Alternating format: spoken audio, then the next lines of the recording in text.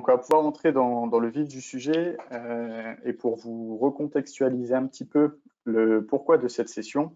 En fait, donc, parmi nos 600 clients, on est sollicité assez régulièrement puisqu'ils utilisent de plus en plus les univers de type UNX.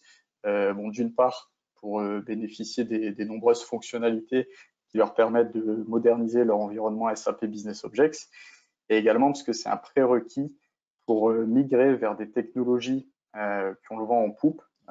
C'est le cas de Snowflake, par exemple, qui est maintenant supporté par SAP. Et donc, c'est la raison pour laquelle on s'est dit que ça serait intéressant de dédier une session sur les UNX, comment convertir facilement vos anciens UNV vers UNX, et bien entendu, comment aussi repointer vos anciens documents Webby, ou du moins vos Webby existants, vers ces nouveaux UNX. Donc, comme vous pouvez le voir affiché ici à l'écran, la présentation s'articulera autour des 6 grandes thématiques suivantes. Donc, on va d'abord faire un point sur les notions fondamentales autour des UNX. Ensuite, Rémi vous présentera concrètement comment créer un UNX. On abordera ensuite la partie conversion des anciens UNV vers UNX. Puis on se focalisera sur comment repointer en masse vos documents Webby depuis vos UNV vers UNX. On abordera ensuite toute la partie analyse d'impact. Et avant de conclure, on se penchera également sur la possibilité de mettre à jour en masse vos objets d'univers. Donc c'est parti. On peut démarrer. Donc Rémi, est-ce que tu peux nous présenter les notions fondamentales autour des UNX? Oui, alors bon, les UNV et les UNX ont exactement le même rôle. Là, c'est d'offrir une interface plus intuitive pour le métier. L'idée, c'est de cacher la complexité des bases de données, de générer automatiquement du SQL, de faciliter la vie des utilisateurs pour qu'ils conçoivent des rapports facilement. Je trouve que donc les principales nouveautés, c'est qu'un, on va parler de fondation de données et de couche métier, ça c'est nouveau. Avant, on avait un seul entre guillemets, une seule notion qui était univers. Les autres nouveautés, on va parler de connexion et de multiconnexion. Et surtout, les UNX vont permettre de pouvoir d'offrir en fait, de la collaboration en fait. Parce que sur un univers, très clairement, vous pouvez avoir deux types d'intervenants.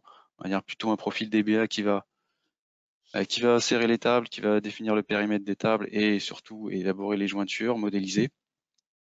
Alors qu'une autre personne, plutôt maîtrise d'œuvre, va pouvoir disposer, créer les dossiers, faire toute la partie renommage, mapping des objets, dans un second temps, dans ce qu'on va appeler la couche métier.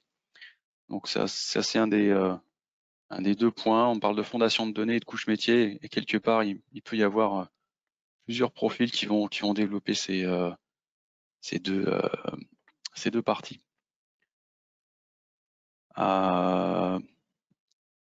Sur cette slide, on fait un peu le point sur toutes les notions qu'on aborde quand on crée un univers. Alors, on va parler de connexion. Donc là, la nouveauté, ça va être mono ou multisource. On va toujours établir les relations entre les tables, détecter et résoudre les boucles. Donc soit avec les alias ou ce qu'on appelle les contextes. Une nouveauté, c'est pouvoir créer des colonnes calculées au sein des structures. Sinon, on fait comme avant, on fait ce qu'on appelle des tables dérivées. Vous avez toujours des paramètres, des listes de valeurs. Un autre point sympathique, c'est la création de vues sur les structures des tables. Alors ça, quand on a un univers assez important, on peut avoir 100 voire 150 structures au sein d'un seul univers. Ça devient vite illisible. Les vues, c'est justement c'est se concentrer sur un groupe de tables pour mieux peut-être maintenir les jointures et se focaliser sur une partie du modèle. Les commentaires aussi, ça va aider aussi à la fondation de données pour apporter des informations complémentaires. Peut-être que tout simplement mettre en lumière ou rappeler comment et pourquoi on a résolu une boucle par un alias plutôt que par un contexte. Enfin, il peut y avoir plein de raisons de mettre un commentaire. Et enfin, ça aussi rapporte un peu un peu de lisibilité pardon, sur votre fondation de données. Bah, c'est tout simplement de mettre des couleurs sur les tables pour mieux, tout simplement pour mieux appréhender le modèle. Et en dernier temps, sur la couche métier, on va pouvoir guider un peu plus les utilisateurs, mettre en place des vues, notamment si, toujours dans le cas où un univers a plusieurs thématiques, a de nombreux dossiers ou de nombreux objets.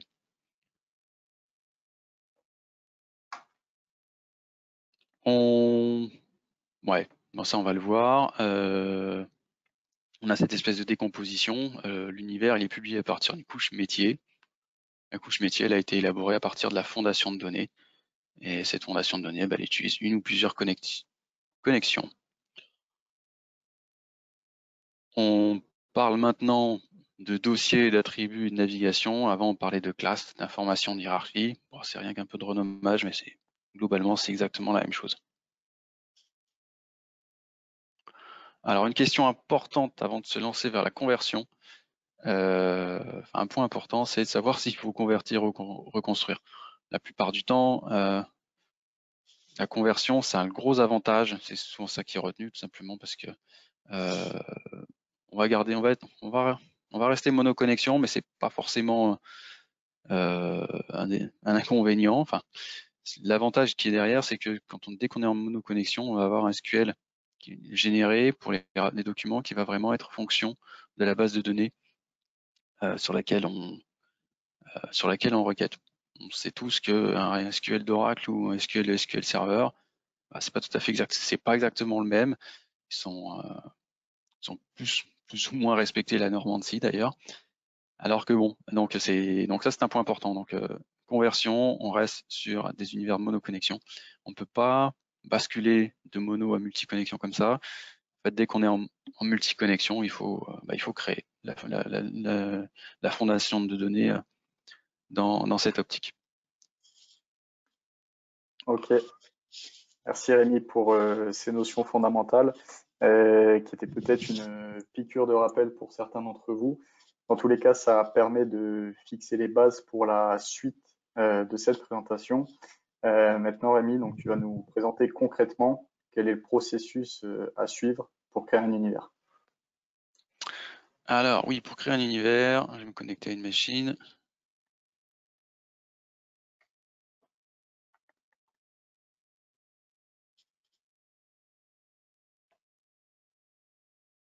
Donc, créer un univers de type UNX, vous allez ouvrir ce qu'on appelle l'outil de conception d'information, qui est celui-ci.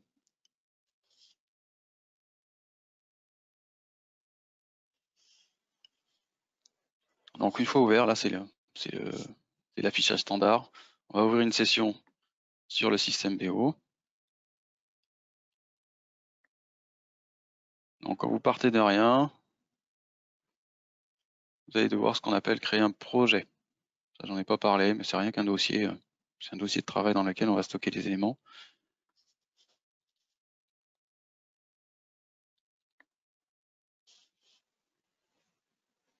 Une fois que ça, c'est en fait, on va pouvoir commencer à travailler. On va tout d'abord, donc via cette interface, comme dans l'outil, dans le designer, vous allez pouvoir créer des connexions. Ici, j'ai créé un petit dossier. Je vais pouvoir insérer une connexion de type relationnel.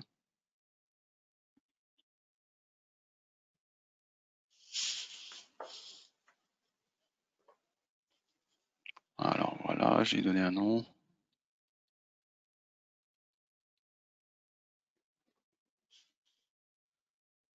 Je vais spécifier le type de connexion. Dans mon cas, c'est du SQL Server de type ODBC. Et là, il me liste tous les liens ODBC qui sont déjà présents sur cette machine.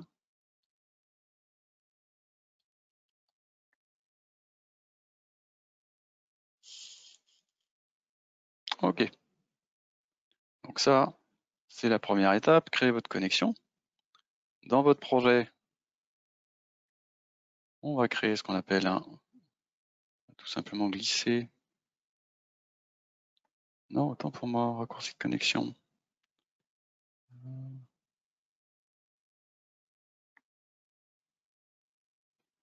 Voilà. on crée un raccourci de connexion au niveau de votre projet. Une fois que le raccourci est fait, c'est une étape nécessaire pour pouvoir créer en fait votre fondation de données.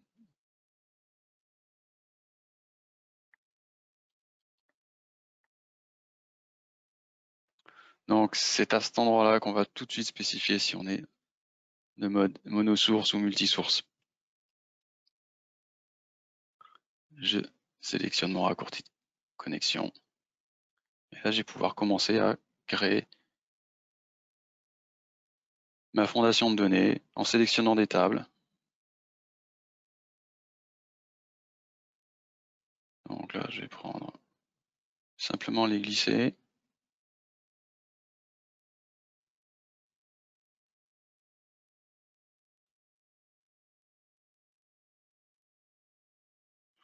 Donc évidemment, hein, et une fois que, donc en général, on fait ça sur une multitude de tables. On va ensuite définir les jointures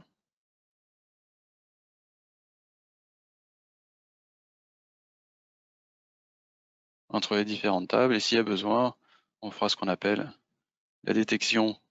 Voilà, il y a très peu de tables, donc il n'y a pas grand-chose à faire. Mais on va pouvoir créer des tables et résoudre les boucles. Au besoin, créer des vues. J'avais parlé de temps en temps, il y a aussi la possibilité de créer des commentaires, ainsi de suite. Bon, tout ça, c'est du développement, mais entre guillemets, les étapes nécessaires, c'est vraiment la connexion, la fondation de données, et enfin, je vais sauvegarder et créer la couche métier qui va s'appuyer sur ma fondation de données.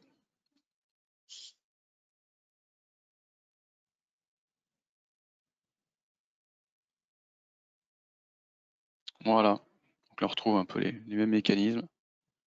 Pour chaque structure, on a créé un dossier.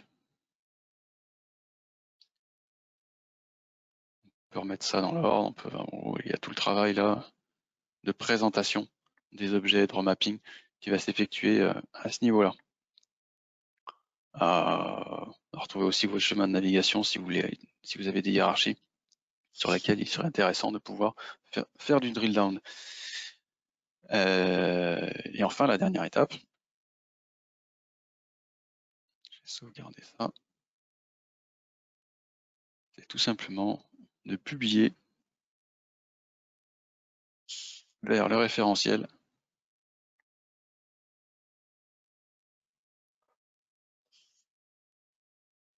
l'univers. Et donc là, je me retrouve avec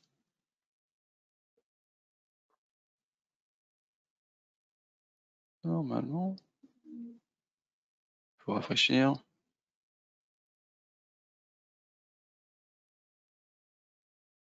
Je l'ai mal positionné. Bon, c'est pas grave. Au moment de sélectionner la publication, donc mon univers, il est bien à ce niveau-là. Ok, super. Merci Rémi. Je pense que c'est plus clair. Ça nous fait une bonne introduction pour cette première partie de la session. En guise de transition, je vous propose de lancer un petit sondage. On va vous poser deux questions. La première, qui est la suivante. On aimerait savoir quel format d'univers vous utilisez. Donc, trois propositions, soit les UNV uniquement, soit des UNX uniquement, ou alors un mix entre des UNV et des UNX. Donc, on va vous laisser quelques secondes pour répondre à ce premier sondage.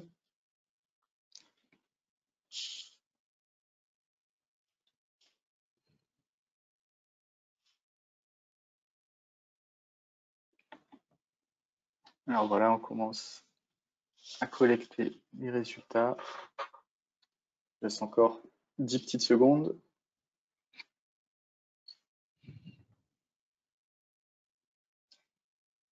Ok, c'est bon. Rémi, est-ce que tu peux partager les résultats? Donc voilà, donc on remarque que la majorité d'entre vous utilise un mix entre des UNV et des UNX, ce qui n'est pas très étonnant. C'est pour ça que je pense que la suite de la présentation va pouvoir vous intéresser. Deuxième question, avant de retourner à la présentation. Au niveau de vos projets, donc Rémi, si tu peux lancer le deuxième sondage, on aimerait savoir si vous envisagez de maintenir soit les deux formats, donc UNV et UNX, ou alors si vous comptez abandonner vos UNV, du coup les remplacer complètement.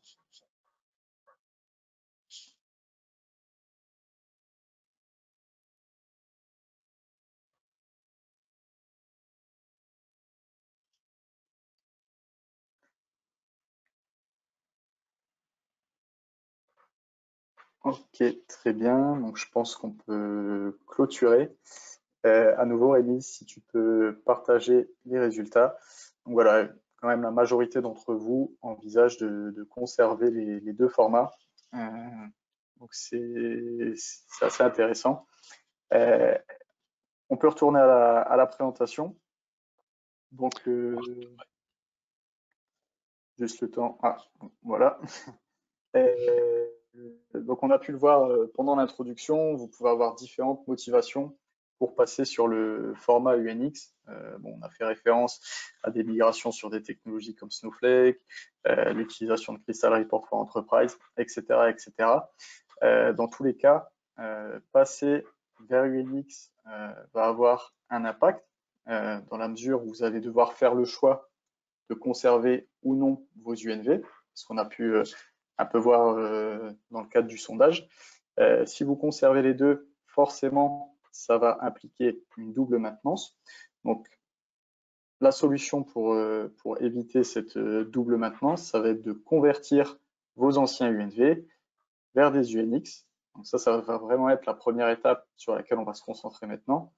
Et bien sûr, la seconde étape, qu'on verra dans un point un petit peu plus tard, ça sera de repointer vos Webi vers ces nouveaux UNX. Donc, Rémi, est-ce que tu peux nous montrer ce processus de conversion? Oui, alors. Donc la conversion, elle se fait au sein d'IDT, tout simplement. Là, il faut venir sélectionner un univers. Là, si je veux, là j'ai de type UNV évidemment, et là il y a simplement à faire, vraiment une action de conversion qu'on va faire ici. Vous pouvez donc là changer le dossier de destination ou laisser dans le même. Ouais, quelques petites options, mais globalement c'est pas très compliqué, ça se fait assez rapidement. Vous allez, oui. Donc là, je vois que j'ai mon UNV et maintenant mon UNX à côté, qui sont déjà opérationnels, il n'y a pas grand chose à dire là-dessus. On n'apporte pas de valeur ajoutée 360. Là, c'est vraiment une action qui se fait avec l'outil BO IDT. Hein. Il n'y a pas. Ok, très bien. On va avoir un peu plus de choses à apporter par contre sur notre prochain point, donc qui va consister à repointer vos Webi vers ces nouveaux univers. Donc dans un premier temps, au niveau de la manipulation dans Business Objects, ça va être quelque chose de manuel, dans la mesure où vous allez devoir ouvrir unitairement chaque Webi pour aller mettre à jour la source. Donc, c'est la Ouais, ça, manipulation. je vais peut-être montrer ça rapidement.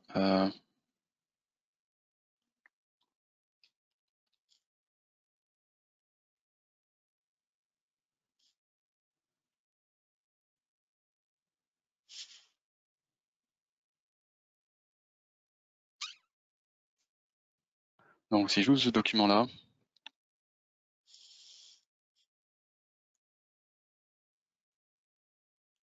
donc si je passe donc sur l'onglet data, là je peux voir en fait que là j'ai pour un seul document, j'ai déjà je peux avoir plusieurs requêtes et là j'en ai 6. Donc c'est quand même pas mal de clics-boutons. Il faut à chaque fois indiquer la nouvelle source qu'on veut utiliser.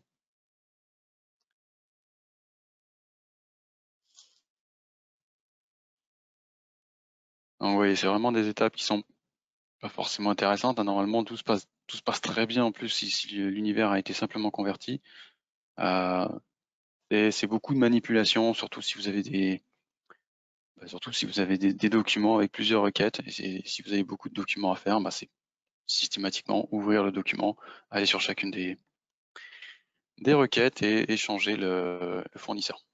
Ouais, donc, sachant que certains d'entre vous ont des plateformes qui vont compter des milliers, des dizaines de milliers de documents. Donc, c'est une opération à répéter autant de fois que vous avez de documents à repointer. C'est pour ça que ça va être intéressant de vous montrer comment, avec 360 View, vous pouvez accélérer et faciliter ce processus. Donc, Rémi, je vais te laisser nous expliquer comment retrouver cette fonctionnalité dans l'interface de 360 View. Oui, donc 360 View, c'est l'interface que vous voyez là. Je vais me connecter avec un compte administrateur. Et donc le repoint, il peut se faire de deux façons. On va se placer sur les documents publics, sur mon dossier tout à l'heure. Et on peut le faire globalement, hein. Si vous voulez faire l'opération globale sur une plateforme de validation et ensuite pousser vos documents en production, c'est aussi une façon de faire. Deux façons de faire. Soit donc, globalement, vous savez que vous avez un univers sur lequel on veut.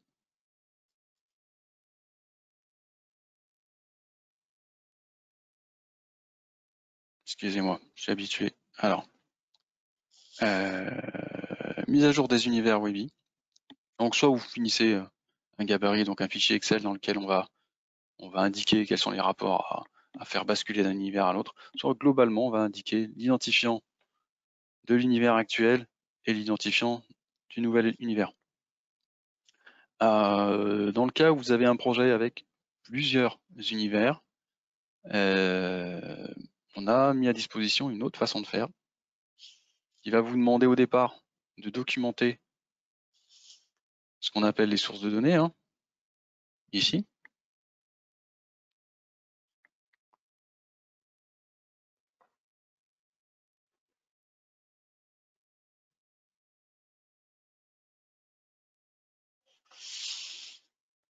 Voilà, donc là, si je peux récupérer le fichier et vous le montrer, surtout vous montrer que je voulais faire.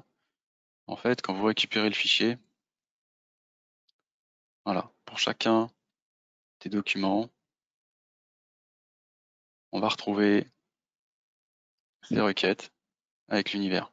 Et la colonne, entre guillemets, bon, devrait être vide. Là, je vous ai préparé un fichier prêt à être utilisé. L'idée là, c'est qu'on va pouvoir indiquer pour chaque fournisseur de données quelle est la nouvelle source. Donc on a un UNV, puis là j'ai qu'à indiquer l'identifiant de l'UNX qu'il doit utiliser pour le traitement. Donc ça, si j'ai envie de dire au même endroit, une fois qu'on a documenté ça, qu'on a indiqué, on a spécifié, rempli la dernière colonne pour donner la cible, on va passer par ce bouton mise à jour détaillée des sources de données Webby. Et là, on va venir téléverser le fichier, enfin le fichier que je viens de faire, je peux l'insérer et ensuite demander. Là, ça va assez vite. Ouais, pour mon petit dossier, là, avec 9 documents, j'ai fait l'opération tout à l'heure. Je vais retrouver ça dans mes actions web.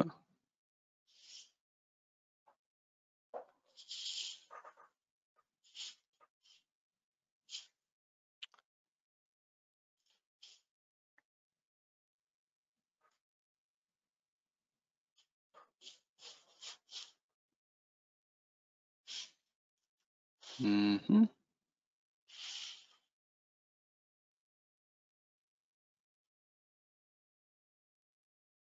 Ah, et bon, effet des mots. Dossier d'univers. Aujourd'hui, 10 du 6, eh ben. Oh. C'est là. Mise à jour détaillée des univers Webby. Donc là, si je vous montre la log du job, donc 11h29 jusqu'à 11h30, on a mis à peine une minute pour faire les 9 documents qui contenaient tous à peu près plus d'une requête. On avait fait ça à la main, à mon avis, entre les sources d'erreurs ou tout simplement le travail pas forcément, un travail répétitif qui n'est pas forcément gratifiant, pas forcément intéressant. C'est sûr, le gain de Donc, temps est assez représentatif. Ok. Merci Rémi. Maintenant qu'on vous a présenté donc cette fonctionnalité de 360 views, ou justement repointer en masse vos Webby vers vos UNX, on aimerait vous parler un petit peu de 360 Eyes, qu'on a eu l'occasion de vous présenter un petit peu plus tôt dans la journée, en nous focalisant ici sur la partie analyse d'impact, parce que dans notre scénario, avant de supprimer vos anciens UNV, il va être nécessaire de s'assurer qu'ils ne sont plus utilisés. Donc Rémi, est-ce que tu peux nous montrer dans notre cas d'usage comment 360 Eyes permet de vérifier ça facilement? oui. Alors, là, je vais me connecter donc à un système BO. Alors,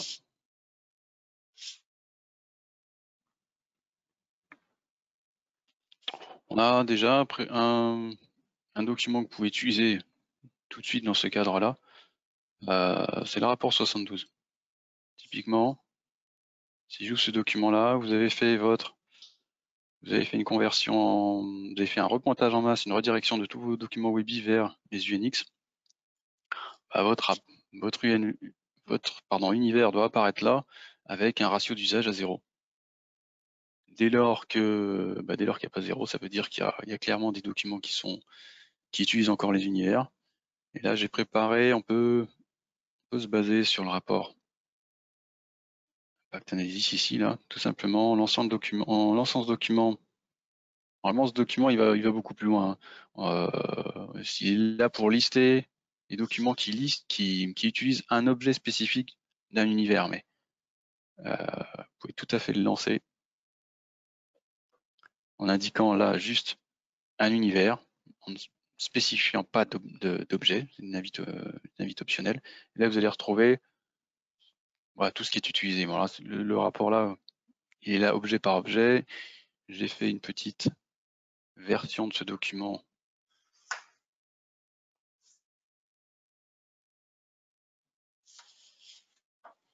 à cet endroit-là. En fait, j'ai simplifié les blocs, parce que ce qui va vous intéresser, c'est plutôt de savoir quels sont les documents qui utilisent encore l'univers. Bon, on peut descendre jusqu'à la requête, mais et surtout, quels sont les dossiers à traiter avec 360 views. Et donc là, je vois que j'ai quelques dossiers publics et quelques éléments dans les dossiers favoris des utilisateurs. Ok, merci Rémi. Donc ça, c'est bien entendu un des nombreux cas d'usage du module 360 Eyes. On en a parlé ce matin dans le cadre de migration. Il y a énormément de cas d'usage dans la mesure où le principe de cette solution, c'est d'extraire l'ensemble des métadonnées de votre plateforme pour pouvoir, à partir d'univers et de rapports préconstruits par nos soins, analyser votre plateforme et avoir des informations sur les usages, sur la sécurité, sur l'activité utilisateur, ce genre de choses. On continue d'avancer, petit bonus, ou du moins dernière astuce qu'on souhaitait vous montrer aujourd'hui, c'est la possibilité de mettre à jour en masse vos objets d'univers.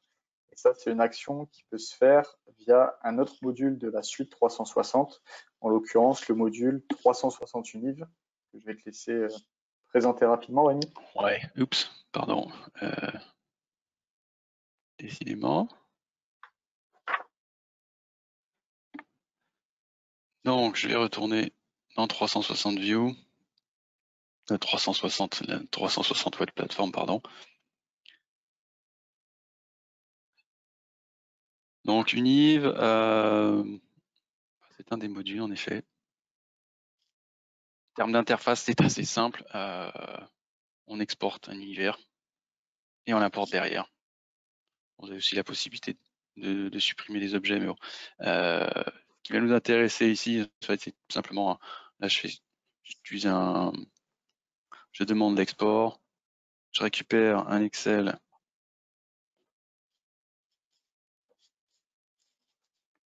de ce type. D'accord, donc j'ai un onglet pour mes classes. C'est pas là-dessus que je vais surtout travailler. Donc, les cas d'usage pour moi dans justement une conversion vers UNX, bah, peut-être que ce sera l'occasion pour vous de mettre à jour les descriptions. Ça, c'est s'il n'y a rien, ça peut être intéressant de faire une passe. L'autre cas d'usage qu'on connaît assez bien, c'est tout ce qui concerne RGPD, bah, mettre une description sur chaque objet qui contienne des données perso, hein, des données personnelles, donc surtout les champs d'email, de nom, de prénom, d'adresse et autres. Un autre cas qui peut être intéressant, c'est que vous avez vraiment la possibilité de faire beaucoup de choses avec cet outil, pas seulement de changer la description. Vous pouvez même changer ici le mapping. Là, vous avez la colonne et la base de données.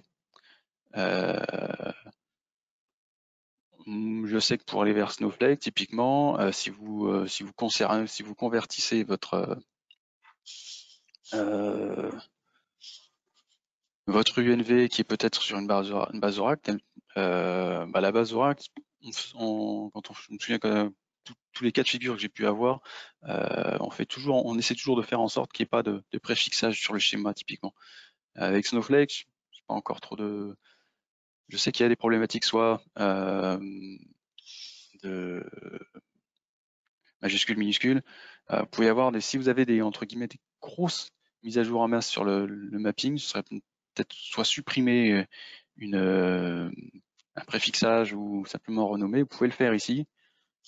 Et derrière, il y a entre guillemets ce fichier Excel.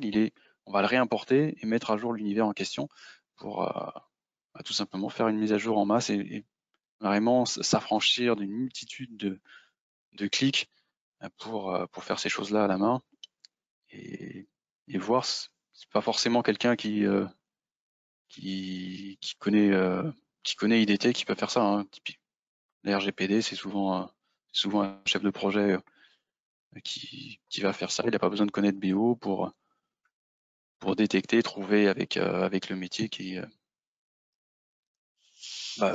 qui relève de l'RGPD. Merci Ami, c'est effectivement intéressant. À nouveau ici, tu nous as parlé de Snowflake parmi les cas d'usage dans lesquels on peut retrouver une utilité supplémentaire à ce module. Tout simplement parce que c'est vrai que c'est quelque chose dont on entend de plus en plus parler de par nos clients. On vous propose des solutions d'ailleurs pour vous accompagner sur ce type de projet si c'est une migration que vous envisagez. Donc, n'hésitez pas à nous solliciter si jamais vous souhaitez en savoir un peu plus sur le sujet. On arrive au terme de notre présentation. Donc, dernier sondage, comme pour les autres sessions, on va vous demander de nous indiquer votre niveau d'intérêt sur le sujet qui a été abordé aujourd'hui. À nouveau, ça nous permet de travailler sur les prochaines sessions et éventuellement de reprendre contact avec vous si jamais vous souhaitez en savoir davantage, soit organiser une démo personnalisée pour nous exposer vos problématiques ou éventuellement tester les solutions. Donc on vous laisse encore quelques secondes pour nous répondre.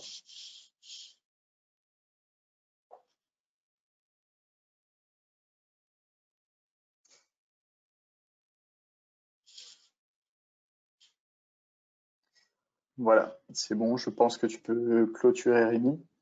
Donc voilà pour cette session. Donc on s'est vraiment focalisé sur un cas d'usage bien spécifique, donc à savoir comment convertir facilement vos UNV en UNX et comment bien entendu avec 360 Suite, on peut vous aider à gagner du temps et optimiser ce type de projet. Comme vous le savez aujourd'hui, et c'est ce qu'on met en avant durant cette journée digitale, c'est un des nombreux cas d'usage sur lesquels nous accompagnons aujourd'hui nos clients à travers le monde. Ce qu'il faut retenir de la suite 360, comme vous pouvez voir affiché ici à l'écran, c'est qu'on aide nos clients à gagner en visibilité sur leur plateforme, automatiser la gestion de leurs environnements, réduire les coûts liés à des projets de migration et puis plus globalement avoir un meilleur contrôle sur leurs environnements SAP Business Objects.